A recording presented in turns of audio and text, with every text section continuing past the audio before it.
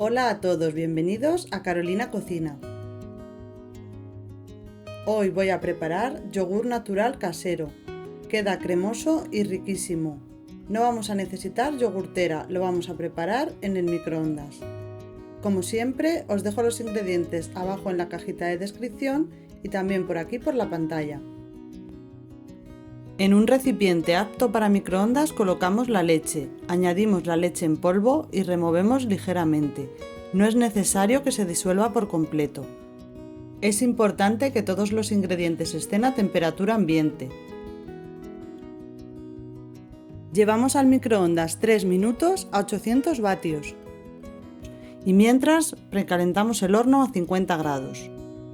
Pasados los 3 minutos, ahora sí debemos mezclar bien, para que la leche en polvo quede disuelta por completo. Si deseas añadir edulcorante o azúcar, este es el momento, pon la cantidad a tu gusto. Añade el yogur natural e intégralo en la leche.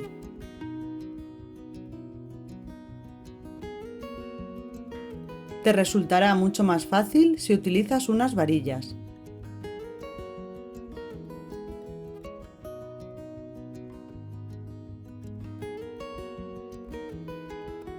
Vertemos el preparado en los recipientes donde queramos preparar el yogur.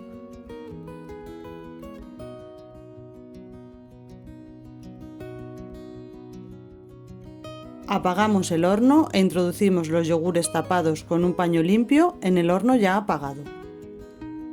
Los dejamos ahí entre 8 y 12 horas y después los llevamos a la nevera hasta el momento de consumirlos. Como veis, quedan con una textura perfecta y están riquísimos. Nos vemos en la siguiente receta. ¡Hasta la próxima!